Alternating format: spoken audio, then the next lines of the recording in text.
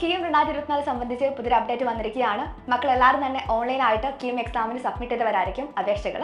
അപ്പോൾ നമ്മുടെ അപേക്ഷയിൽ എന്തെങ്കിലും അപാകത ഉണ്ടെങ്കിൽ, ഇപ്പോൾ നിങ്ങളുടെ ഫോട്ടോ, സിഗ്നേച്ചർ, അതുപോലെ പേരിൽ എന്തെങ്കിലും കറക്ഷൻസ് ഉണ്ടെങ്കിൽ ആ ഒരു കറക്ഷൻസ് ഓഫീസിന് മുമ്പാകെ താഴെ കാണുന്ന മെയിൽ ഐ ഡി വഴി എന്ത് ചെയ്യണം, അറിയിക്കേണ്ടതുണ്ട്. അപ്പോൾ അപേക്ഷയിലെ അപാകതകൾ പരിഹരിക്കാനായിട്ട് താഴെ കാണുന്ന വെബ്സൈറ്റ് ആയിട്ടുള്ള c.kerala.gov.in കയറാൻ നിങ്ങളെല്ലാവരും.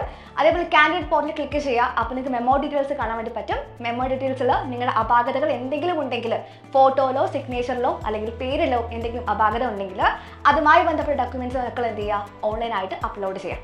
അപ്പോൾ നിങ്ങൾ നേരിട്ട് സമർപ്പിക്കുന്ന അല്ലെങ്കിൽ തപാൽ മുഖേന സമർപ്പിക്കുന്ന അല്ലെങ്കിൽ മെയിൽ വഴി സമർപ്പിക്കുന്ന യാതൊരു രേഖകളും യാതൊരു ഡോക്യുമെന്റ്സും അവർ പരിഗണിക്കുന്നതായിരിക്കില്ല. അപ്പോൾ എന്ത് ചെയ്യണം, എല്ലാവരും തന്നെ ഓൺലൈനായിട്ട് ഡോക്യുമെന്റ്സ് അപ്ലോഡ് ചെയ്യണം. അപ്പോൾ ഇത് പരിഹരിക്കാനായിട്ടുള്ള ഡോക്യുമെന്റ്സ് സബ്മിറ്റ് ചെയ്യേണ്ട അവസാന തീയതി എന്ന് പറയുന്നത് മെയ് 13-ാം തീയതിയാണ്. മെയ് 13-ാം തീയതി വൈകിട്ട് 3 മണിക്കുള്ളിൽ മക്കൾ എല്ലാ ഡോക്യുമെന്റ്സും സബ്മിറ്റ് ചെയ്തിരിക്കണം. അതിൽ കൂടുതൽ ഡേറ്റ് എക്സ്റ്റെൻഡ് ചെയ്യുന്നതല്ല. അപ്പോൾ എല്ലാവരും എന്ത് ചെയ്യുക, ആ ഒരു ഡേറ്റ് ശ്രദ്ധിക്കുക.